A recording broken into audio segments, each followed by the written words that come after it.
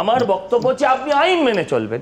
আপনি বুঝতে পারছেন যে এই মানুষটা মৃত ভোটারের নামে ভোট দিতে এসছে, তাহলে তাকে আপনি রাজনৈতিক চাপের কাছে যদি বশ্যতা স্বীকার করে আপনি যদি তাকে ভোট দিতে যান, তাহলে আপনি অনৈতিক কাজ করলেন। হয়তো অনৈতিক কাজটা অন্যর কাছে ফোর্সড হয়ে করলেন, বাধ্য হয়ে করলেন, কিন্তু তার দায়ভার তো আপনাকেই নিতে হবে। তার দায়িত্ব তো আপনি এড়াতে পারেন না, কারণ তার জন্য আপনি দায়িত্বপূর্ণ, আপনাকে দায়িত্বটা পালন করতে হবে। তাতে যদি আপনার উপর আক্রমণ হয় সেটা সরকার সামলাবে, সরকারের দায়িত্ব তাকে রক্ষা করা।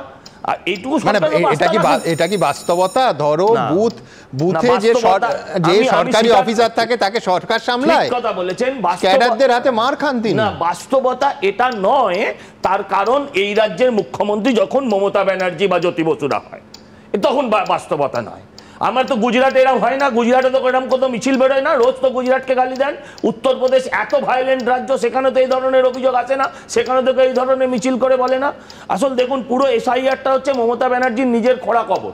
আজ সেখানে নিজেই গিয়ে পড়েছেন। ফেব্রুয়ারি মাসে তিনিই দাঁড়িয়ে বলেছিলেন এই দেখো দুটো এপিক কার্ড, এই এপিক কার্ডে একই নাম্বার, হ্যাঁ এই রাজ্যে একরকম হচ্ছে, ওই রাজ্যে একরকম, তাহলে ফাটিয়ে দিয়েছিল।